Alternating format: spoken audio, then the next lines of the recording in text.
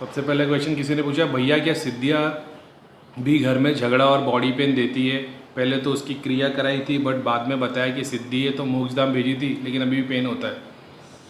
ये उन लोगों को होता है, ये मेरा एक्सपीरियंस है। ये सिद्धियों के कारण बॉडी पेन उन लोगों को होता है जिनकी फैमिली हिस्ट्री में, और जैसे आपके डैडी, ग्रैंडफादर, पीढ़ी की पीढ़ी में किसी ने साधना करके सिद्धियाँ ली हो, और फिर वो आप, जैसे मैं मेरे बच्चे को दे दूंगा, वो उसके बच्चे को दे देगा, तो इनकी बॉडी में सिद्धियाँ रम जाती है। ज़्यादातर ये वो लोग होते हैं जिनकी बॉडी में सिद्धि आके खेलती है। जैसे मेरे पास बहुत सारी सिद्धि है, लेकिन मेरी बॉडी के अंदर आके कोई सिद्धि बात नहीं करती। कोई होते जिनके अंदर खेलती है, फिर वो देवता आ जाते हैं और बात करने लगते हैं। इनको बहुत तकलीफ होती है, क्योंकि होता ही है कि फिर इनकी सिद्धियों को कोई बंधन कर देता है, इनके ऊपर प्रेत भेज देता है, इनके पितरों पे बंधन कर देता है। तो जिस पितरों की सिद्धि है उस पितरों को बंधन कर दिया तो आपको हमेशा पेन फील होता रहेगा, ऐसा है। तो मेरा ये एक्सपीरियंस है, बॉडी पेन सिद्धियों की वजह से इसीलिए होता है क्योंकि वो बंधन में होती है। उसको और भी सूक्ष्म किया, लेकिन पीछे के कनेक्शन कुछ ना कुछ रह जाते तो पेन देते रहते, वो एक रीज़न है। ठीक है। सेकेंड क्वेश्चन, भैया मुझे इंट्यूशन आते हैं, कई बार ऐसा हुआ है कि मैं जिस व्यक्ति के कभी मिला भी नहीं या फिर रैंडम व्यक्ति देख लेता हूँ तो उसका स्वभाव और कैसा कैसा है वो पता चल जाता है, और इस पर गाइडेंस मांगी किसी ने।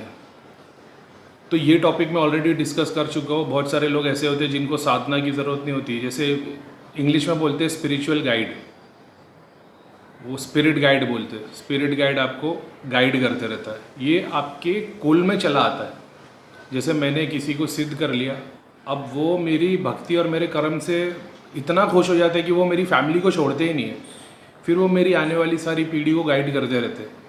तो होता ही इसके लिए कोई साधना नहीं करनी पड़ती। छोटे से बच्चा जब पैदा होता है, थोड़े टाइम, साल 2 साल 4 साल के बाद में वो फिर सिद्धि उसके पास आ जाती है, और जब भी वो तकलीफ़ में रहता है, वो ब्रह्मांड में सिद्धि कहाँ भी घूम रही हो, वो 1 सेकंड में उसके पास आ जाती है। ख़ास तौर पे जब आप तकलीफ़ में होते हो ना, आप बहुत ज़्यादा खुश होते हो या बहुत ज़्यादा दुखी होते हो या बहुत ज़्यादा परेशान होते हो, तो आपके ब्रेन एक सर्टन लेवल पे चल रहा होता है।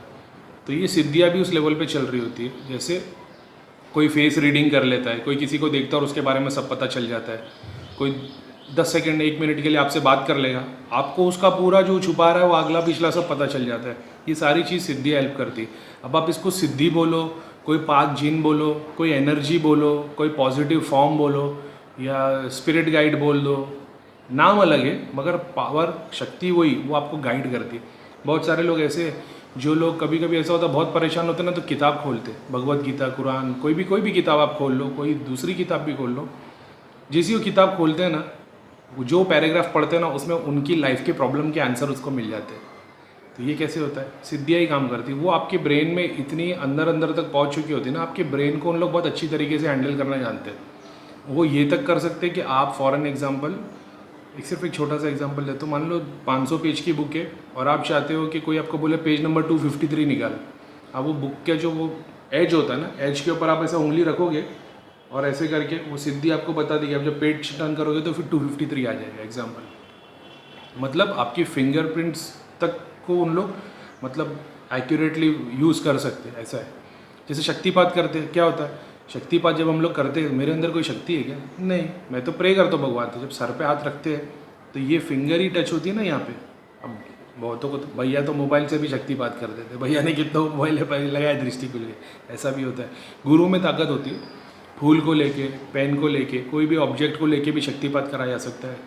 बगैर टच किए शक्तिपात कर सकते हैं, संकल्प से कर सकते हैं। जैसे भैया दिल्ली में, मैं यहाँ पे हूँ, और भैया को ना मेरी फ़ोटो ना वीडियो कॉल की ज़रूरत है, भैया से वहाँ पे सिर्फ संकल्प करेंगे तो मेरे को शक्तिपात होना शुरू हो जाएगा। ये गुरु के अंदर कैपेबिलिटी होती है, ऐसा। क्योंकि गुरु हर किसी से कनेक्टेड होता है, ऐसा। वो फॉर्म देख लिया उसने कि सब लोग एक दूसरे से कनेक्टेड है। जैसे सब दुनिया में अर्थ पे खड़े हैं ना, कोई ऊपर 10वें माले पे खड़ा है, कोई ग्राउंड पे खड़ा है, लेकिन सारे के सारे, कोई झाड़ पे बैठा है, कोई मंदिर में बैठा है, लेकिन सब लोग अर्थ पे ही है ना, सब अर्थ से कनेक्टेड है ना, वैसा हो जाता है।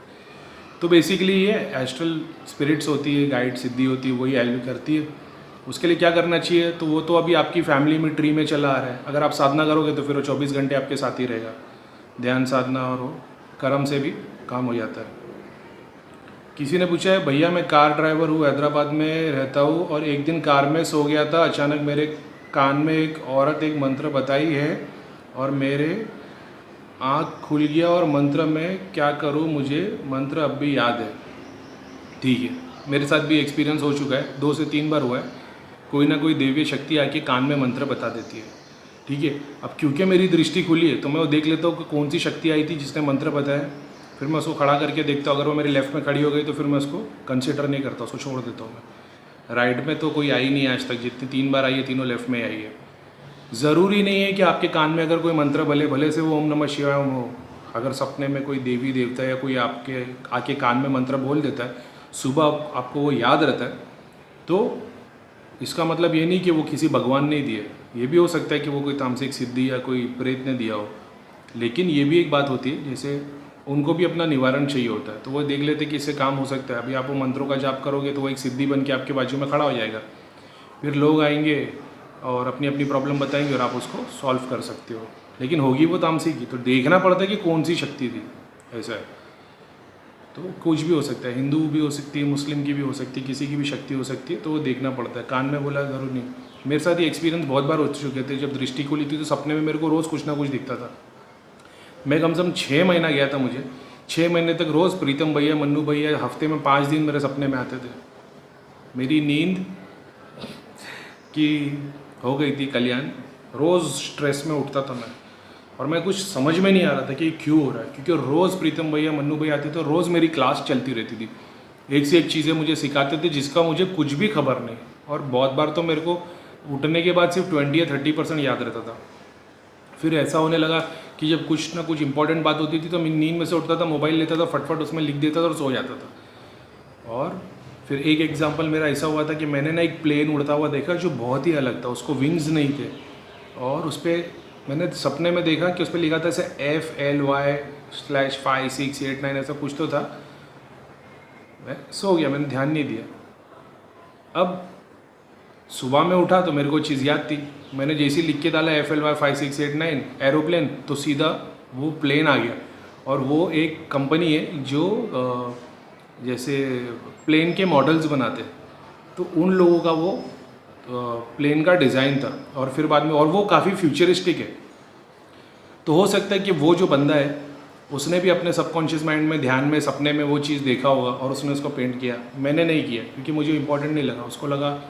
दूसरी चीज़, अब जितनी चीज़ें हम देखते हैं ना, तो हमारे सबकॉन्शियस माइंड में उसकी इमेज बनने लग जाती है। वो कभी कभी सपने में दिखाई देती है। जैसे आप कभी कोई पिक्चर देख रहे हो और पीछे कोई लड़ाई चल रही है, तो वो आपके सबकॉन्शियस माइंड में आ जाती है। इसका भी एक, वो भी साइंटिफिकल चीज़ भी होती है, लेकिन इस पर ज़्यादा ध्यान मत दे। जो कान में आके मंत्र बोला गया, ज़्यादातर नेगेटिव एंटिटी ऐसा करती है।